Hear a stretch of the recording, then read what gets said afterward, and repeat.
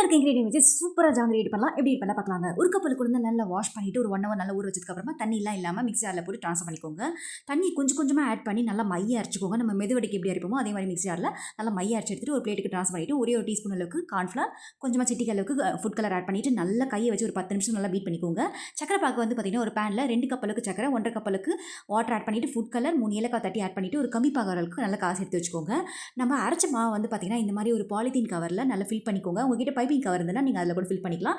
Fill பண்ணிவிட்டு நல்லா அந்த முனையை வந்து பார்த்திங்கன்னா கட் பண்ணி எடுத்துக்கோங்க. உங்களுக்கு எந்த அளவுக்கு சைஸில் வேணுமோ அந்தளவுக்கு நல்லா கட் பண்ணி எடுத்துக்கோங்க. கட் பண்ணிவிட்டு பேனில் ஆயிலை நல்லா ஹீட் பண்ணிவிட்டு இந்த மாதிரி இட்டுக்கோங்க. உங்களுக்கு ஆயில் எடுத்துக்கு கொஞ்சம் பயமாக இருந்ததுன்னா பிளேட்டில் நல்லா ஆயில் க்ரீஸ் பண்ணிவிட்டு அதுக்கப்புறமா நீங்கள் இட்டுட்டு ஆயிலில் போட்டுக்கோங்க. ஸ்லோலி வந்து பார்த்திங்கன்னா 3 மினிட்ஸ்க்கு நல்லா திருப்பி போட்டு குக் பண்ணி எடுத்துகிட்டு நம்ம காசி வச்சிருக்க அந்த ஜீராவில் வந்து ஆட் பண்ணிவிட்டு ஒரு 1 ஹவர் நல்லா சோக் பண்ணி எடுத்துகிட்டு சாப்பிட்டிங்கன்னா சூப்பர் அண்ட் ஸ்வீட்டான ஜாங்கிரி வந்து ரெடி ஆகிடும். இந்த தீபாவளிக்கு கண்டிப்பாக ட்ரை பண்ணி சாப்பிடுங்க. சுவைக்கான தேடல் தொடரட்டும்.